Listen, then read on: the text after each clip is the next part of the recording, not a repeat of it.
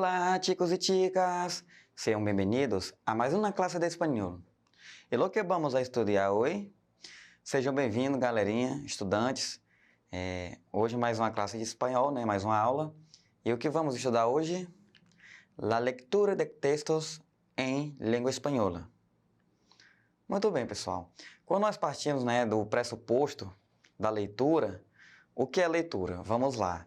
O português, assim como qualquer outra língua estrangeira, ela baseia a parte da língua mesmo, né, digamos assim, em 4 eixos de comunicação, né, que são chamados de eixos comunicativos da nossa linguagem.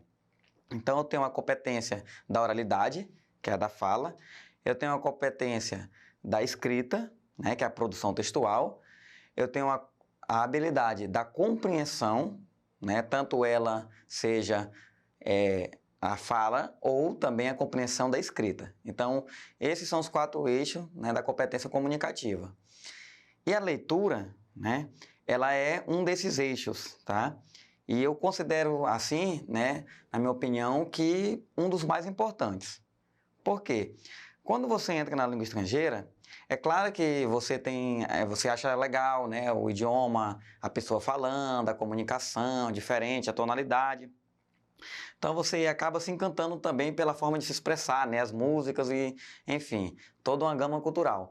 Mas na hora que você se depara com a situação comunicativa, por exemplo, para nós estudantes brasileiros, o que é relevante nessa situação?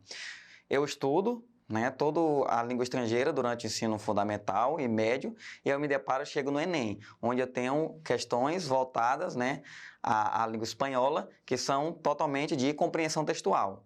Então, assim, tecnicamente, eu vou estudar o espanhol para depois compreender questões ali do Enem relacionadas à língua estrangeira, né? Eu falando por esse ponto de vista da compreensão, né, e produção textual. Então, olha só, então é muito importante que eu compreenda textos, tá? Tanto na língua portuguesa quanto no espanhol. E olha só, é uma prática, né, e é uma habilidade que você requer muitas coisas para você desenvolver.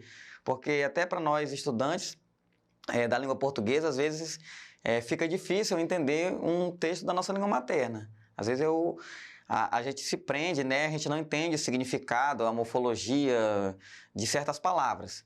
Então, hoje o que eu trago para vocês? Eu trago alguns macetes, tá? Para você compreender, para você ter uma dinâmica melhor com os textos da língua espanhola. Vamos lá? Então, já havia falado da importância, né? Essa questão da compreensão mesmo, até mesmo para quando você viaja, né, a um país desse que tem um espanhol como idioma oficial, você necessita compreender texto, porque às vezes você tem um certo receio de se chegar a um certo morador, a uma pessoa, e de questionar ou perguntar alguma informação, né? Você fica com medo, não sei falar espanhol direito, será que ele vai entender? Será que eu estou falando portunhol? Né? Você fica inibido. Mas se eu tenho uma compreensão leitora, né, assim como o Acre ou qualquer capital brasileira aí e outras cidades do mundo, nós temos placas, né, espalhadas por toda a cidade, ou seja, assim, a gama de leitura é muito grande, porque eu tenho várias oportunidades ali de achar um local ou se locomover mediante essas informações. Então, se eu tenho uma boa compreensão, isso me ajuda também a me deslocar, tá? Então, assim, uma das técnicas, vamos lá para as técnicas. Leia muito, né? Isso aí eu acho que vocês já devem escutar, né, constantemente na língua portuguesa. O bom escritor é aquele que é um bom leitor. E é verdade, pessoal. Por quê? Porque a partir do momento que eu leio bastante, as palavras vão ficando similares, né? Assim, eu vou compreendendo melhor o significado e elas vão ficando mais ali, vamos se dizer assim, que é o nosso campo de visão, a gente acaba decorando, né, a estrutura, como se escreve, tem acento, não tem acento, né? Então, assim, essa parte de ler muito, ela ajuda em muita coisa. Por exemplo, chega a parte de acentuação gráfica, que é um conteúdo assim, né, que o estudante ele tem muita dificuldade. Mas aí, se você é um bom leitor, você acaba que sabendo, né, acentuar as palavras, não pelas regras gramaticais da língua portuguesa ou da língua espanhola, mas pela similaridade, porque você lê bastante e já viu essa palavra diversas vezes, né? Então você acaba que memorizando melhor ou escrevendo melhor também, né, pelo ato de ler. Então, é uma questão prática. Então, leiam bastante, tá? Evite tentar entender palavra por palavra, né? Isso aqui eu costumo dizer que ele é até um perigo, né? Você tentar entender, perigo assim no sentido de que é difícil, tá? Para você tentar entender palavra por palavra, porque assim como no português, no espanhol, existe a polissemia das palavras. O que é a polissemia das palavras, né, no português? É uma palavra que ela tem diversos significados a depender do contexto onde está inserida, né? Então, assim, ela pode ser escrita da mesma maneira, ela pode ter a mesma pronúncia, mas ela tem significado diferente, né? Ou seja, o campo da semântica dela ela possui diversos significados. Então, se eu tentar entender palavra por palavra, ou seja, aplicando a gramática e a tradução, o que é a gramática e a tradução? Eu pego uma palavra da língua espanhola, traduzo ela para o português e atribuo aquele significado como fechado, né? Antigamente se usava muito esse método quando se estava aprendendo língua estrangeira, eu tentar a gramática e tradução ali, pegar o dicionário, colocar do lado e ficar traduzindo palavra por palavra e tentando montar ali, né, o texto. Mas isso é difícil porque, assim, primeiro eu tenho que analisar outros fatores. Aquela palavra, tá, tudo bem que ela pode ter já uma tradução, mas dependendo do contexto onde ela foi aplicada, ela vai ter outro significado, tá? Então, assim, não tente entender palavra por palavra. Tente fazer uma leitura do todo, leia um texto todo, pegue os temas ali, o título, né, do que trata o assunto, porque assim, depois que eu fizer essa leitura geral, já vou poder ter uma noção assim do que trata brevemente o texto, para mim poder começar a atribuir os significados que eu acho que mais convém naquela situação comunicativa, né? Veamos um exemplo, vamos ver um exemplo. Visitemos el zoológico. El domingo fomos ao zoológico, no domingo fomos ao zoológico. Em zoológico é um lugar muito entretenido. Ou seja, o zoológico é um lugar muito divertido, né? Até a palavra ali marcada entretenido, tem até similar com o português, né? Entretenido, vem de entretenimento, lazer, essas coisas, tudo bem, certinho. Ali podíamos conhecer muitos animais ferozes, né? Feroces de feroz, ali tem muitos animais ferozes, né? Eu pude conhecer muitos. Por isso estão em suas jaulas. Mi hermano e eu estávamos muito apresurados porque o elefante estava enfermo. Ou seja, né? Os animais ferozes estavam na jaula, meus irmãos e eu estávamos muito, né? Estávamos muito o quê? Essa palavra é um pouco desconhecida. Mas pelo contexto ali, né, do zoológico, porque o elefante estava enfermo, será o quê? Se um elefante está enfermo, esse apressurado, ele é um adjetivo. Um adjetivo de quê? Que ele emite o quê? Ele emite aquela tristeza, né? Em si, a palavra apressurado, né, é o verbo apressurar, que quer dizer o quê? Ficar triste, tá? Então, aí eu tenho um particípio, né, da língua espanhola, apresurados. Ou seja, estávamos entristecidos porque o elefante estava enfermo, tá? Então, essa palavra, pelo contexto, eu consigo inferir, né? Inferir é uma habilidade também de leitura, e mais na frente vamos ver isso, que eles estavam tristes porque o elefante estava enfermo. O animal que mais me gostou foi o mono. O animal que eu mais gostei foi mono, tá? O que é mono? Mono é a tradução de macaco, né? Então, eu gostei mais do macaco. Desfrutamos muito ouvindo como trepava por la rama de los árboles.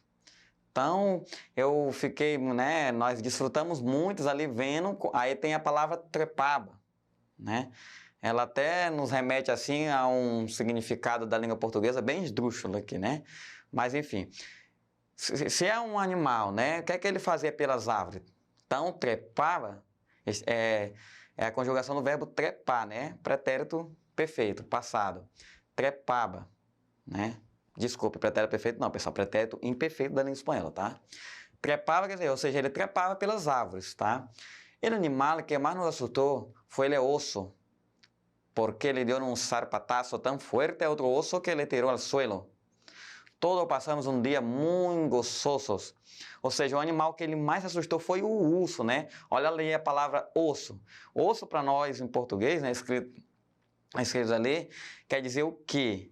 Osso é uma, né, é uma parte do corpo humano, o osso. Mas em espanhol não.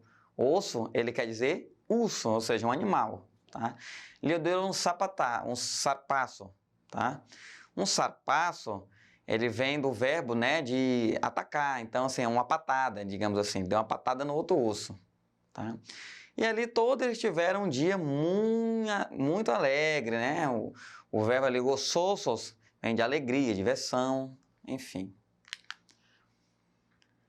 Então, outra dica, observe toda a estrutura, né? Como eu disse anteriormente, é melhor que você pegue o texto, dê uma lida, né, todinha ali, e tente ali extrair ali pelo menos o tema, né, do que fala o texto, tá?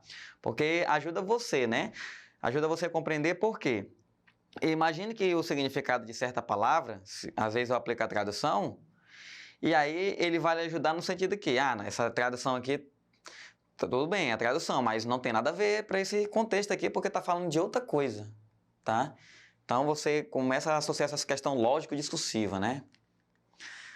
Outras estruturas também do texto, ó, fotografias, palavras em negrito, cabeçalhos, referências, né? O tema, o título do texto, também ajudam você a ter essa noção. E depois faça uma pós-leitura, né? Ou seja, você leu, você extraiu palavras, você deu a ela, atribuiu o significado de acordo com o contexto onde ela estava inserido, e para finalizar, nada melhor do que fazer uma pós-leitura, né? Porque às vezes na pós-leitura você ainda consegue extrair algum significado, né? Eu costumo dizer que quando você lê a primeira vez um texto, você não vai conseguir entender tudo que ele tem a lhe oferecer. Então, quanto mais você lê e relê, você consegue ainda extrair mais coisas daquele texto, né? Mais significados, atribuir ali mais ideias relacionadas a outros textos, né? Enfim, essas questões aí da língua. Vamos à nossa atividade prática? Temos um texto ali, ó. Juan é muito desordenado. Vamos ler? Juan é um niño muy desordenado. Siempre tiene la mesa llena de colores, libros, papeles. Ele perde com frequência seus materiais escolares e a tarefa que se manda sua maestra. Ou seja, Juan, né, é um menino, não vou dizer o significado da palavra desordenado, porque é o que vai pedir a atividade. Tem na mesa ali cheia de cores, né, papéis, livros, e só que ele perde com frequência esses materiais, tá? Juan decidiu cambiar. Y para ello tiene que hacer una lista de todas las cosas que tienen que hacer para ser mais ordenado e não perder suas tarefas. Ou seja, ele decidiu mudar, ele quer ser uma pessoa organizada, e para isso ele fez uma lista ali com várias atribuições que ele precisa desenvolver para alcançar essa meta. De acordo com a leitura, qual é o melhor significado da palavra desordenado? Desorganizado, né? Se ele quer ser uma pessoa organizada, atribui-se que antes ele era desorganizado. E aí temos outro texto, né? Hoje ha começado o curso de natação, no grupo de los tiburones, né? Você já começou lá de natação, ele observou um grupo de tubarões, este grupo tem ali 3 ou 4 meninos, né? Enfim. E aí a pergunta é, com a compreensão general de texto, qual seria o título mais adequado para o texto? Então, qual o título ali mais adequado, né, nesse contexto de tubarão, de natação? Resposta, um dia em la piscina. Tá? E é isso aí, pessoal. Finalizamos aqui mais uma aula de espanhol. Leiam bastante. Não esqueçam de acessar o portal Eduque. E hasta luego!